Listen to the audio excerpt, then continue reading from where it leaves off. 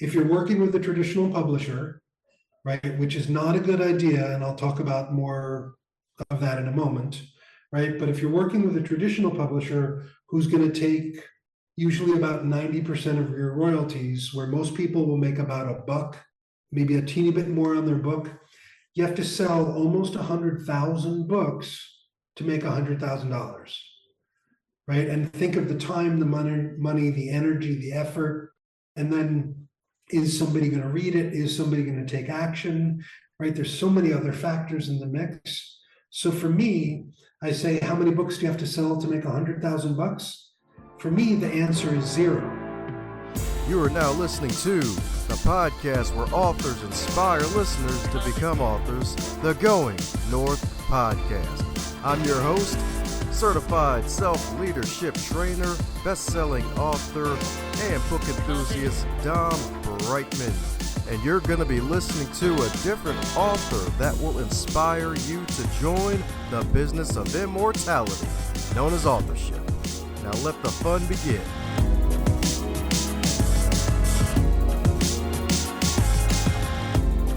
Today's episode is sponsored by book number 2 from Dominic Dom Brightman, Stay the Course, The Elite Performer's 7 Secret Keys to Sustainable Success. It is the field guide to help unleash the elite performer that is inside of you. Cop it today on Amazon.com or heading over to dombrightman.com and snag it in book, ebook, and audio book, so that way you can take it on the go and get yourself on the go to your northbound success. And today on the Highlight Reel Builder for Authors, known as the Going North Podcast, we got another super special, awesome human for you today, courtesy of my good buddy. You know her, you love her if you heard her voice multiple times before in the intros, Kim O'Neill. It's right indeed, because we were on a panel together, I believe. My goodness, I think it was 4 months ago, and I forgot what the theme was, but my man was showing up and showing out indeed, because my man knows how to rock the mic. My man leads with heart indeed, and knows all about helping folks to advance to the business of immortality, because today's wonderful international best-selling bookcaster, you're there right, folks, bookcaster, because not only he's put pen to paper, but he's also a fellow podcast host, as well as a fellow, or should I say, another wonderful internet radio show host, speaker, coach, story consultant, and the president of Influence with the Heart.com. So let's give it up for Mr. B to the G, because he is better than good. Ben Gioia, how you doing today, Ben? I'm doing super well, Dom. Thank you so much. It's an absolute pleasure to be here with you. Woohoo! That's right, Dave. Glad the pleasure's mutual, my friend. That's right, indeed. Influence with the heart. That's right, indeed. That's right, indeed. But hey, as with all introductions, they're not allowed to be 72 years long, and I probably only covered, 72 seconds. Am I filling in any cavities I may have missed on how you became the Ben that you are today? Yeah, thank you very much. So have the honor and pleasure to help people with their books, and books that help position them as experts in their space, help them tell their stories, and help them first and foremost to attract clients and strategic partners even before they're published. Like, a lot of people make this mistake with their books. They think, I got to publish the book to make use of it. And it's like, no, start leveraging your book as it's being written, even when it's still an idea. And that's what I did. I had the experience of being asked to speak at Stanford University several years ago, and I said yes, and signed the contract. And this was a big deal in my business, because I had been struggling before this came up, right? So they said, you want to come speak? I said yes. We signed the contract, we figured everything out, and I made a promise to them, right? I said, hey, I'm going to show up with brand new books, copies of my brand new book, autographed copies of my brand new book for everyone in your audience, plus your staff, like 130 free books. And the event planner was super happy. She said, that's so generous. Thank you so much. I said, you're welcome. We hung up the phone, and I went, oh crap, I have to write that book right now. Ha! Yeah, and it gets better, because from the promise to the event where I had to show up with the books, I only had 6.5 weeks to get it done. Wow. Yeah. Exactly, Wow. exactly. So I wrote it in three, produced it in three, showed up with books, and turned out really well. The event company went really well. They hired me for more speaking.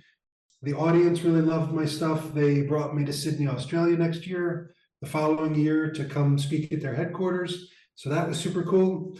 And then right at that time, somebody saw the cover of my book up on LinkedIn. And again, the book wasn't finished, but I got the cover done, right? I put it up on LinkedIn. I'm like, look at me, I'm writing this book, look at me. And this other company reached out and they're like, hey, we're creating a mindfulness and empathy video game with a Fortune 100 company and MIT. It's going to be played by 20,000 people.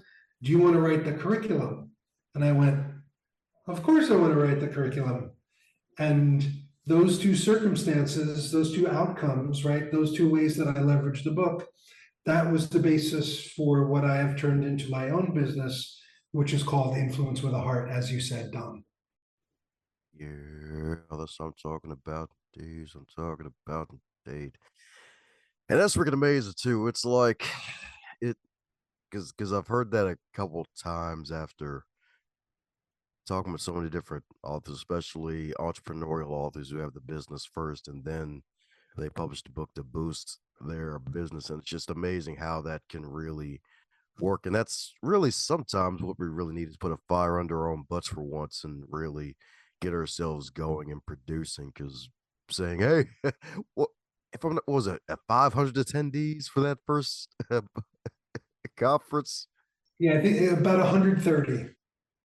Yeah, that's almost quite a miracle to be honest too, because it's like, dude, you gotta print the books and you gotta be able to have them on you. Exactly. Print them, ship them, autograph them, and show up on time.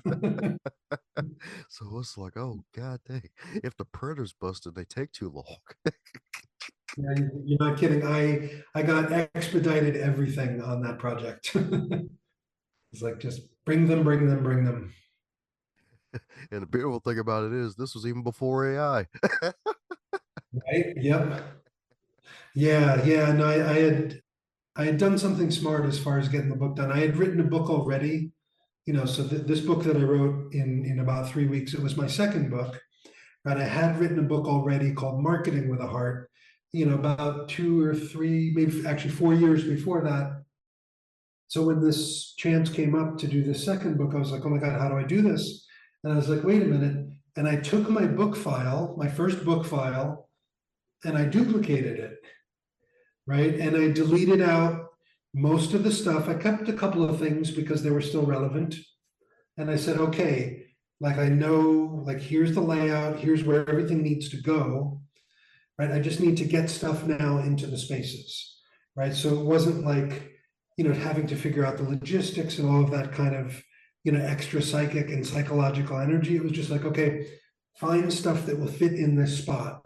So I wrote some stuff, I dictated some stuff, I grabbed some blog posts that I had already written, I double checked my themes, I mean, I did some work, of course, but I tried to make it as easy as I possibly could. And I definitely operated from the space of imperfection, right? It was a little bit messy when I first got it printed. Don't get me wrong. Oh, I can imagine indeed, because it because when I just think about that story, it's like, oh yeah, that's freaking amazing. But it's like once you like for those been through the process and especially if you have like quite a few books being printed, it's like, oh crap. Hope these come out good. They don't jack them up. Right, right. This was actually this whole situation, I should say, was fortunate because all I did was I printed just enough books for that event, right? And just took care of that. And then after we got the event sorted, then I did, more detailed editing. And I took a few more months to do the editing. And then I actually launched the book the beginning of the following year. So I want to make a distinction here. And this is something, if you listener, you viewer are thinking about your book or thinking about your next book, really important to think about this. There's the date that you release the book, right? You get it up for sale. a big mistake that most people make is that they do their book launch right when they release the book, right? So they get the book up for sale and they're like, okay, now my book launch is happening right now.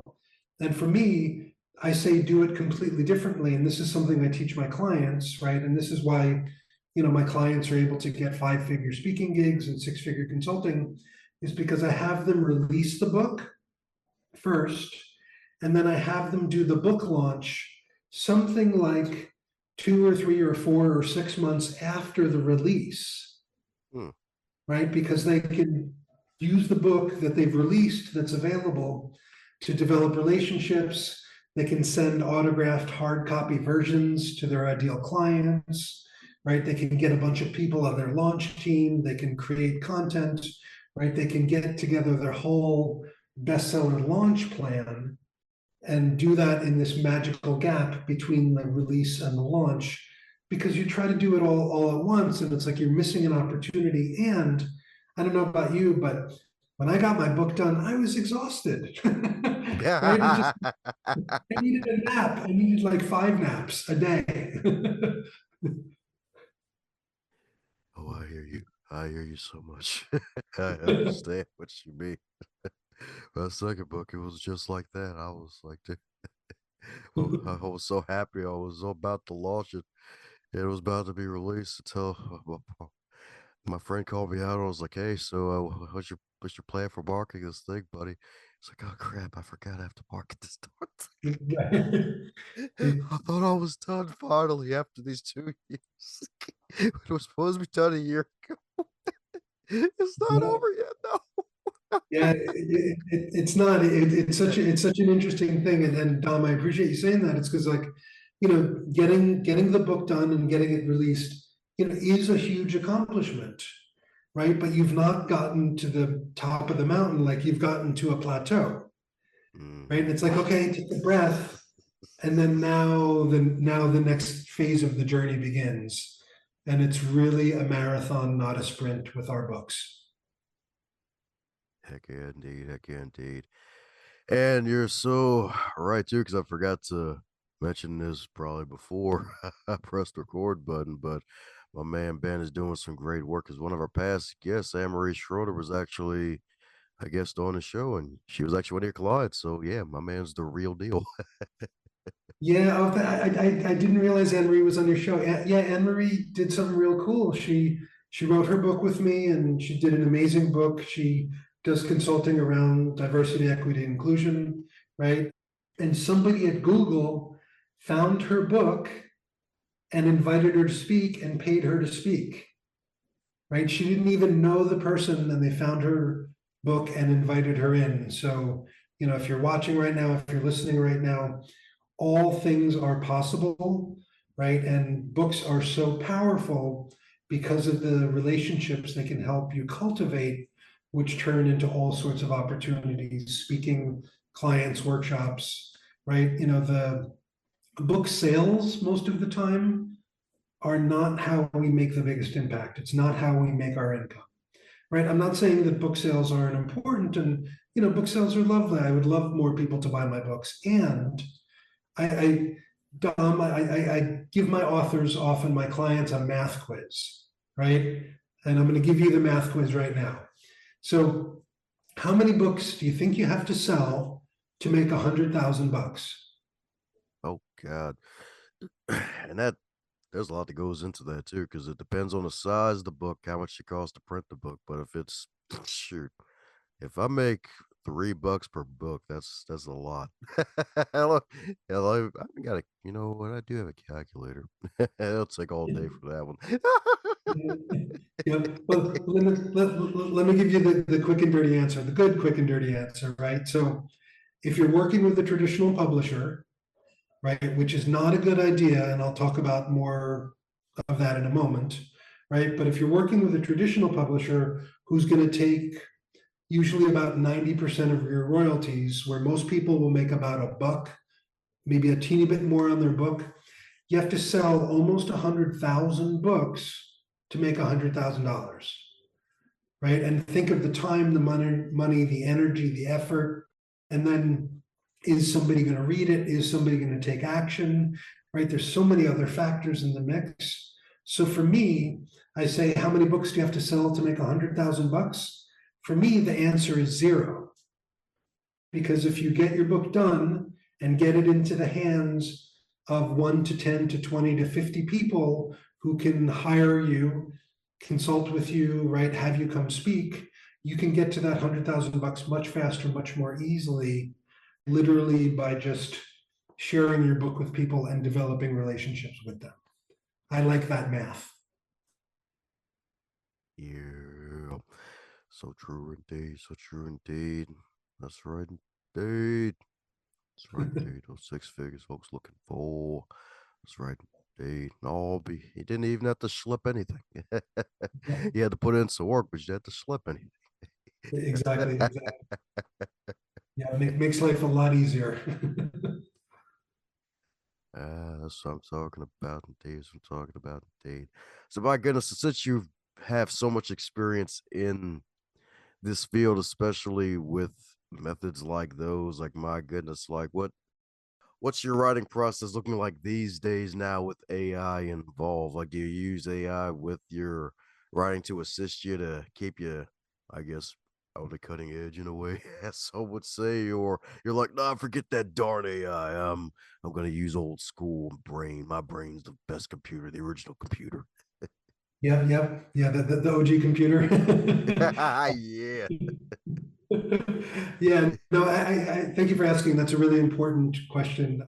I actually use both, and for listeners, viewers, AI is a great tool to support your book process, right? AI is not the tool that writes your book, right? It's not that, some people don't use AI to write their book. Some people do, that's fine. But if you want to write a book that's in your voice, that's aligned with who you are, that's going to serve your best people because you know who your people are, you want to write the book, or you want to at least, get the draft in place, and then think about using AI, to help you flesh out some pieces, right? Or to help you do some research or to do some brainstorming, right? But the core of your book still needs to come from you. And what I like to do with folks to help folks write their books faster, even without AI, my process, you can have a first draft done in as little as 5 weeks because I do a couple things, right? One is I make use of, and I recommend that people use dictation for their book, right? It doesn't mean they have to dictate the whole book, right? But Dom, I don't know if you know this, when you dictate, and if you speak like I speak, right, you can have 1,200 words in like 7 minutes, right? Mm. 1,200 of your own words in your authentic voice in 7 minutes. 1,200 words is like 5% of a 25,000 word book. It's like, aha, right? So that's something that, can help you get to the goal real fast. Another thing that I do with my authors is I give them an outline for the book from the beginning. Like I give them if you want to call it a scaffolding or an architecture, right? It's just basically, put the right stuff in the right places, right? Because I say to my authors, I don't want you trying to figure out the logistics of a book, right? I want you to focus on your content. I want you to focus on your reader. I want you to focus on the transformation that you're helping them achieve.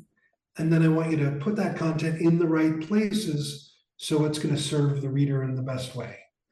And like I said before, somewhere in there, right, use AI to support the work that you've done, right, to help clean up your writing, to help you brainstorm, right? But do not lose the humanity of your voice or of your book to an unintelligent machine or to an unintelligent, computer coding process, right? AI is amazing, but it does not think. You are the thinker, and you are the person with the heart. Yeah, that's right indeed. My man Ben's jewelry store magic because he's bringing the gems today, y'all. That's right indeed. That's right indeed. Got to serve your reader the best way possible and make sure you don't lose the humanity of your voice indeed. Because it's sure folks can tell now if it's AI these days. Because it's like some things are starting to repeat themselves, and it's like, hey, your tone completely changed here, buddy. It's like, Yep, yeah, really. tone, word choice, right? I've seen AI rework some of my writing because I wanted to test it for myself. And I was like, wow, I would never say that. I would never use that word. I would never use that phrase. And people who know me, who know my talks, who know my podcasts, right? Who know my books would be like, no, Ben, absolutely not. So yeah, be really careful with the tools. Yeah, exactly. It's like, is this the real Ben Joya? Or is it Ben Evil? Is this the evil twin version of Yeah, Ben? gotta watch out for that guy.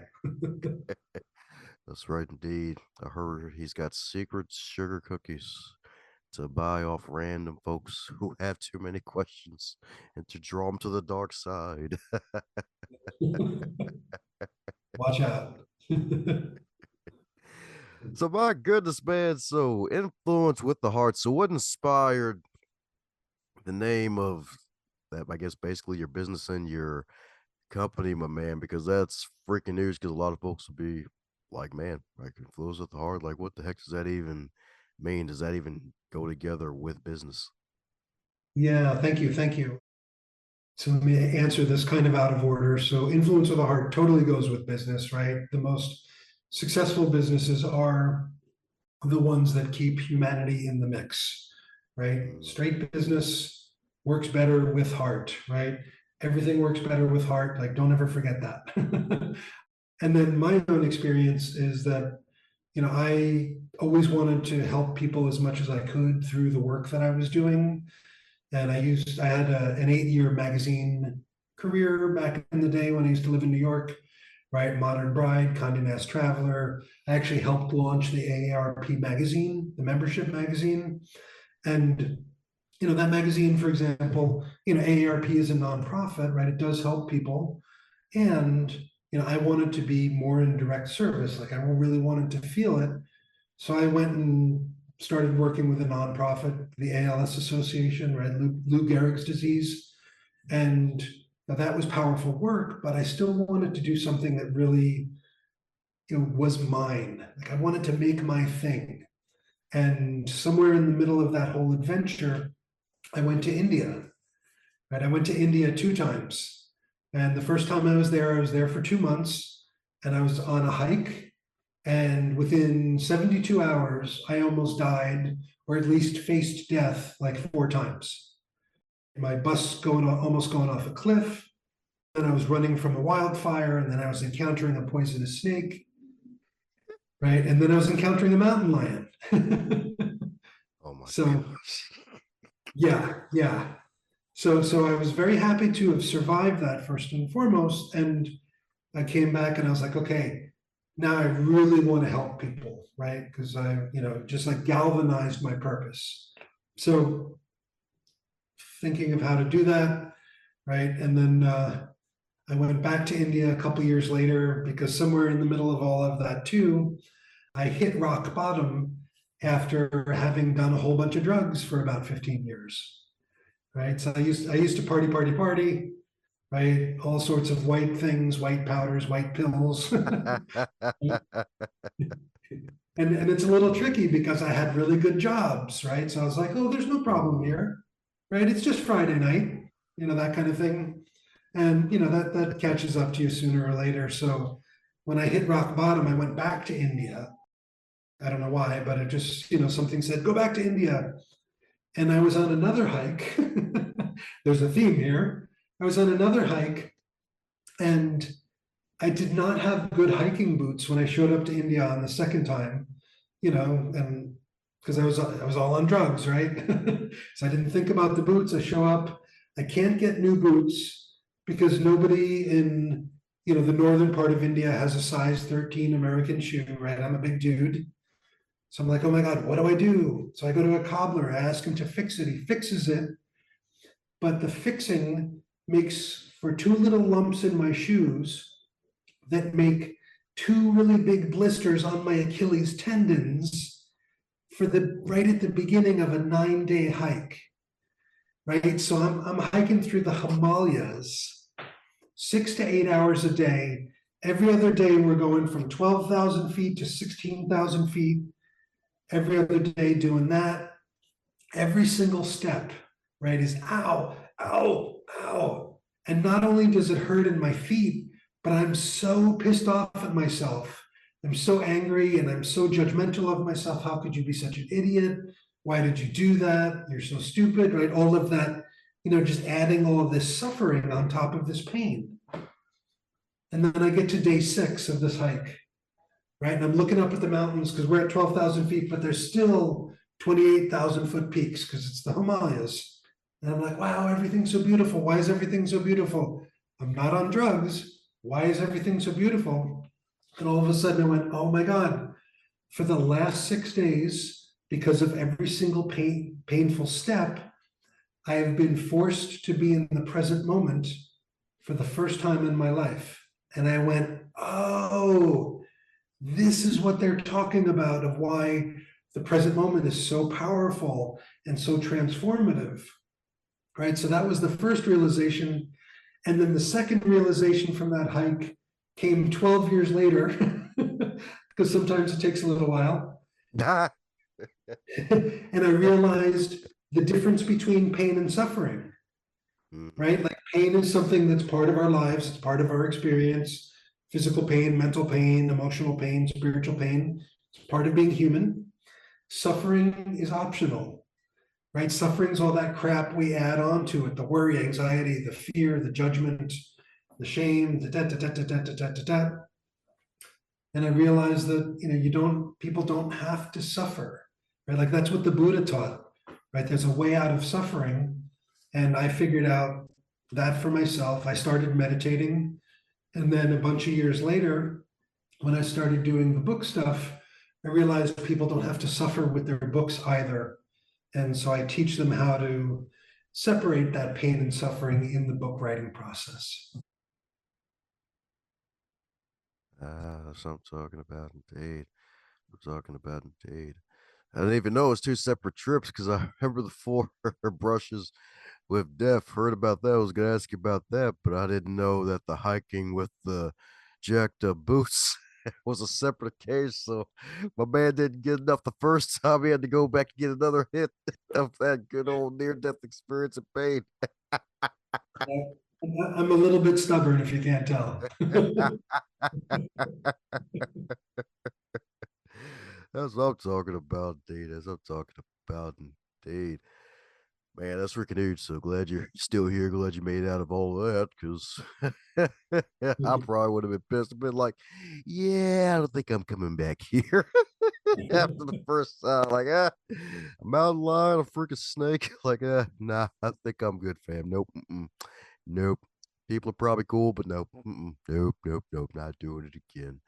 But speaking of people, since my man coaches so many great folks to get onto the other side of the business of immortality, what would you consider your biggest lesson learned from one of your clients that has made you a better entrepreneur? Wow, that's a great question. Thank you. There are certainly lessons from every one of my clients. I mean, I learn from my clients every time I interact with them. And, sometimes when I don't interact with them, I learn things as well. And what I've realized, and thank you, Dom, I really, really appreciate this because nobody's asked me this question. They've asked things around this. So, high five, did virtual high five. Yeah, what I've realized is that writing a book, AKA sharing your message, right, telling your story, taking a stand, it stirs the pot, right? It brings up a lot of stuff. And for different people, it brings up different things. And you may have experienced this, or you might be holding back on your book because of that, or you're like, because it makes me feel uncomfortable. I get it, right? And what I've come to understand is that discomfort, whatever that is, the shame, the fear, the doubt, it's not personal, right? Even though it feels personal, like it's like, I don't feel comfortable in my body or whatever that is, it's not personal, right? You know, you didn't ask for that to come up, but there it is, right? So I say to people, you can you can do two things right now, right? You can totally get involved with what's coming up and try to push it away and try to fight against it and be like, I don't like it, right? And that's just going to lead to more suffering, right? Or what I teach my clients is instead smile, literally smile, relax your head, relax your face, smile and breathe, and try not to get involved and try to just let that thing be over here.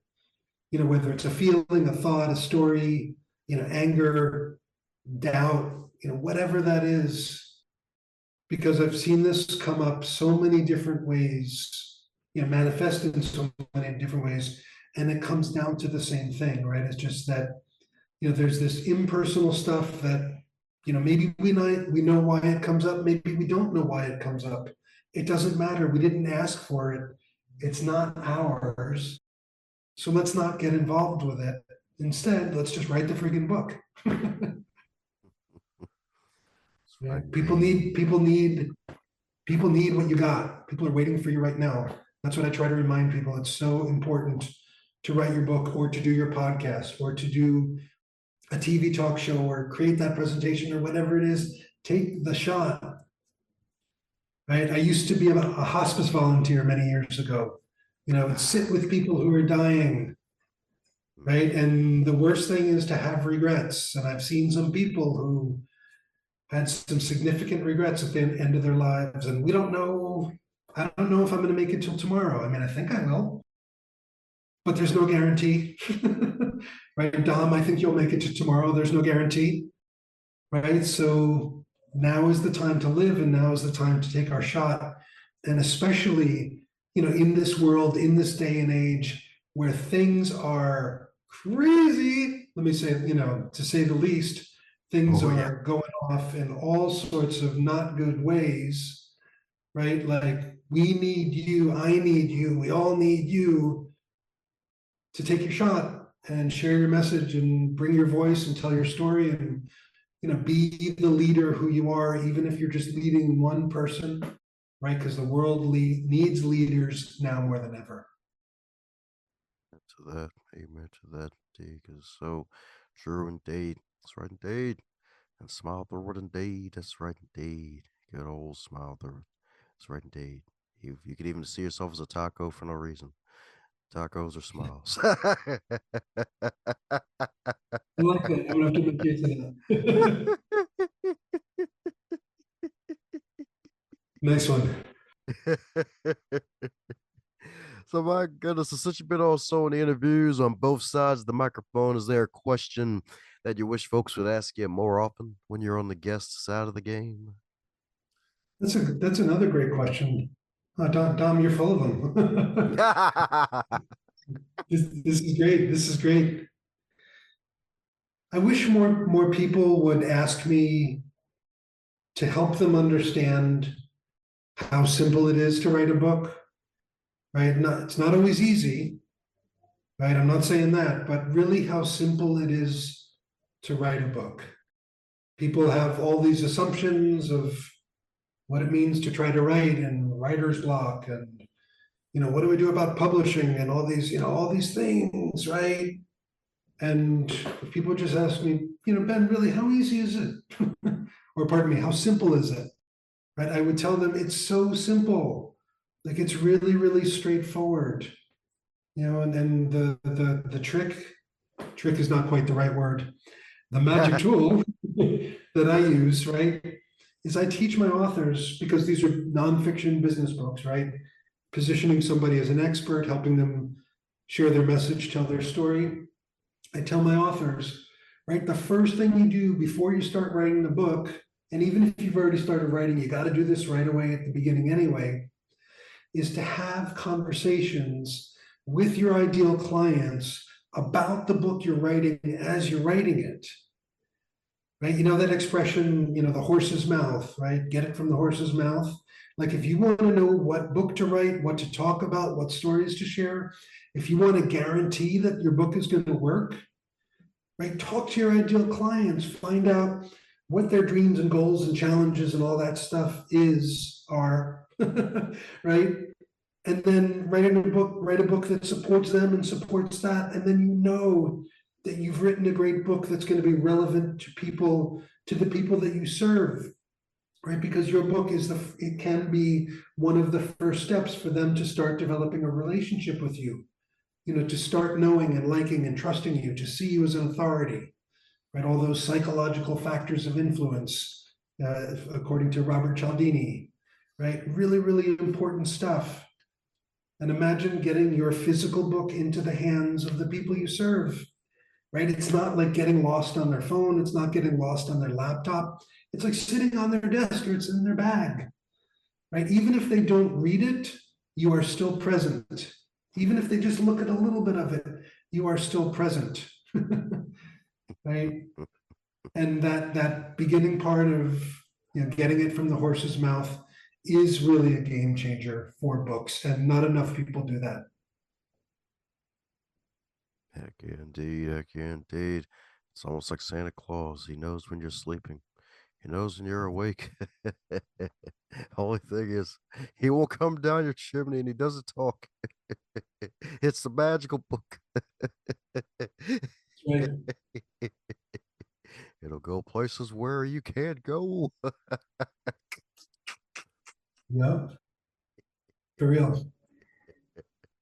Yes, indeed. It's true. It's true indeed.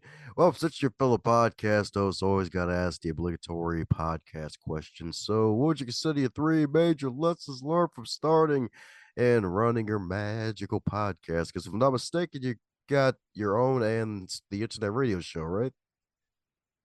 Yeah, thank you. Yeah, so the first one I did was with a partner. Someone had asked me to do a season of her show, right? And that's when that scared the heck out of me because it was something new. I was like, I've never done this before. And then, she had a really good method to do it. Her name is Donna Kundi from the IBGR network. Big shout out to Donna. And, I saw how easy it was, how simple, let me say it like that, right? Because there are a couple of hard parts.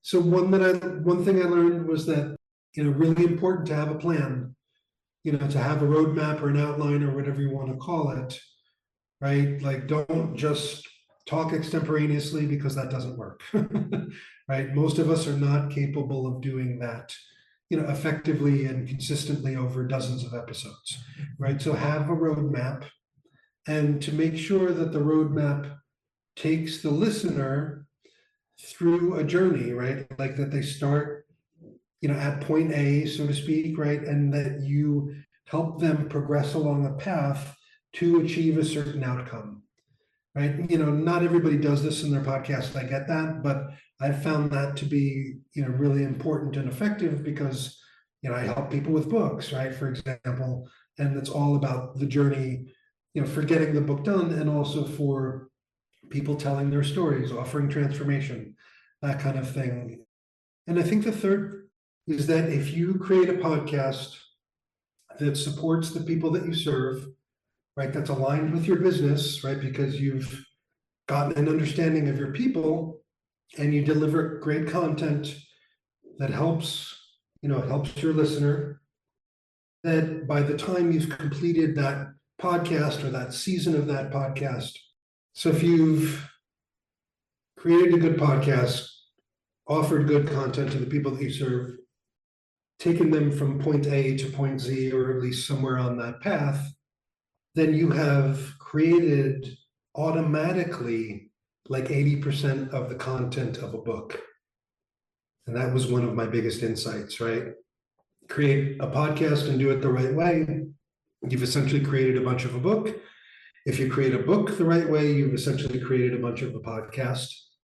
And in that way, you can reach more people with your message, have a bigger platform all of a sudden, and stand out as a thought leader very, very quickly. Heck yeah, indeed. Heck yeah, indeed.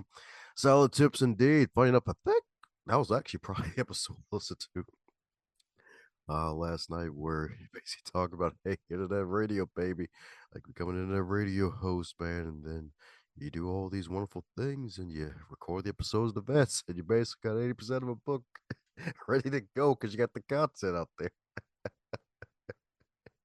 Yeah, and it's in your voice, right? That's the beauty of that. It's in your authentic voice. That's right, indeed. Because folks want that authenticity, y'all. They don't want that pleather. That's right, indeed. They want the genuine leather article. That's right, indeed. Metaphorically for the vegans and the animal lovers out there. Oh, man. So, probably about a good three more questions and let you make a run for it. And a fun question about your fabulous book, Influence with the Heart. The Influence with the Heart method. How to position yourself as an expert, authority, or thought leader by writing your book so you can do more good for more people with your business. If that book were a food, what would it be and why? It would be pizza because pizza is my favorite food, right? Because it's all about me. No, it would be pizza because it's delicious and layered and nutritious and satisfying, and you just feel so darn good whether you're eating it for breakfast, lunch, or dinner. Yeah, I knew you were my kind of people. That's right, indeed. Definitely my favorite food, too, right there, pizza. That's right, indeed. That's right, indeed. That's right, indeed. It's like, yep, we got a good first Friday when pizza's the answer. It's universal. It's magical pie for a reason. It's the circle of life. Nice. Yep. That's right, indeed. And Hammerman's got a big event coming up in, well, actually, if I'm not mistaken, two of them, indeed, for 2024, if I'm not mistaken. Both of them virtual, if I'm not mistaken. So basically, from the comfort of their own home or phone. Yep. Yep. Yeah. Have a summit coming up, which we're just putting together now, so haven't even quite figured out the title. But if y'all get on my email list or keep an eye out for my stuff, you'll hear more about that. That's going to be the first week of April. Probably have about 30 speakers talking about books and podcasts and making a bigger difference with your message, all that good kind of stuff. Similar to what I've been talking about today. And what we do have lined up with a title and everything is the third time we've done this event. Again, this is virtual as well. It's called the Podcast and Book Roadmap, how to create a global thought leadership masterpiece in 6 to 9 months. So we are going deep on bringing forth your book, bringing forth your podcast, potentially bringing forth both, if that makes sense, positioning yourself as a thought leader and being really, really smart about doing it, avoiding the pitfalls and dangers of making bad publishing mistakes, and also understanding really how to just leverage your time, energy, and attention to make a bigger impact with your message. So that's coming up. When is that? It's around the middle of June. I can't think of the exact date. Podcastandbook.com. Once again, podcastandbook.com. So come check it out. If you can't make it live for any reason, no worries, because VIP ticket gives you the recordings, which are super valuable anyway, because there's a whole bunch of bonuses in and among the VIP ticket. So either way, just glad to have you in the mix, and thanks for listening and watching today. Yes, I'm talking about indeed. So keep on the lookout. Get on Ben's list, y'all. That's right, indeed. Keep up with that good information, indeed. Especially around June, especially for those folks probably graduating who probably have no idea what the heck they want to do. It's like, hey, maybe they want to start a podcast. Hey, maybe they want to write a book. Who knows? Maybe they got some knowledge to share. Maybe some inspirational stuff happened in the process of their life. They need to immortalize it. That's right, indeed. That's right, indeed. Ben's got you covered like a blanket, indeed. Well, coming down to the question that every guest gets to receive, and that is if you'll wake up tomorrow and you were 25 again, but you're still in the current year, what advice would you give to yourself? Stay off your phone as much as possible. Make good use of the phone, but use it as a tool Don't use it as a dopamine inspiring drug delivery system.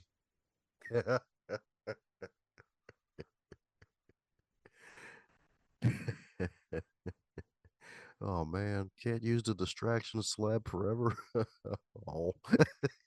No, I know, it's, and Dom, it's such a great question because as we're, right now and moving into the future, like one of the greatest leadership attributes is going to be the ability to be present and aware and to be able to make dynamic choices in the present moment and not be a slave, like you said, to the distraction slab, which I never heard before. I love that. Yes, indeed, yes, indeed. Man, heck, that's actually a good point you brought up indeed. So there you go, folks. A leadership tip you probably didn't think you're going to get out of today's episode, y'all. That's right, indeed. Being present is a leadership skill, y'all. That's right, indeed. In the land of distractions, vying for your attention, you got to manage that attention by being present indeed. So, my goodness. So, for those who need to keep up with you and all the stuff you do, Ben, what's the best way for folks to do so? Yeah, thank you. So check me out, of course, influencewithaheart.com. Once again, influencewithaheart.com. And I have a great gift that can be helpful for folks, right? Testimonials and book reviews are really good for our LinkedIn profile, of course, for a book, for your website, for your business. So if you check out influencewithaheart.com/learn, LEARN, you can get a great template for some testimonials. And the trick there is you follow the template, you write the testimonials, and then you send them to somebody and you say, hey, I'd love a testimonial for my book or my LinkedIn or whatever it is. I know you're super busy, so I wrote this testimonial for you on my behalf, or on your behalf for me, however you say that. Yeah. Would you either bless it, edit it, or write your own? And 9 times out of 10, people will give it back to you with minor corrections. There you have it, folks. That's right indeed. Influencewiththeheart.com, baby. That's right indeed. Big art, big business. You love to freaking say it indeed. So I'm gonna put a link to all of Ben's stuff in the show notes. That way you can keep up with all the things that he is doing and cop some copies of his magical books as well, indeed, because it's good stuff, y'all. That's right indeed. It's good stuff. That's right indeed. It's like having your good old Wheaties for breakfast. That's right indeed. It's like steroids into your business, but without the side effects and the rage. That's right. Let me stop. Yeah, that sounds good to me. Uh, well, before a bunch of aspiring bodybuilders try to get all the steroids, metaphorically speaking, and put on bunny ears, any parting words before we close up shop, Ben? First of all, Dom, just a pleasure to be here. Thank you for asking great questions. Really, I got to think a little extra, and I always appreciate that very much. And as far as listeners and viewers, just get your book done, right? Get that next book done. Get your message out there. Tell your story. Be the leader who you are, even if you don't think you're a leader yet, right? You already are a leader. You're already an expert. Bring that to the world because the world needs you more than ever. If you're hearing this part of the episode, that means you're one cool individual. Thanks a bunch for tuning in, and if you enjoyed what you heard, be sure to share it with at least one other person in your network. Bonus points for 3. And be sure to check out the backlog too while you're at it, because there are hundreds of wonderful episodes to choose from as well.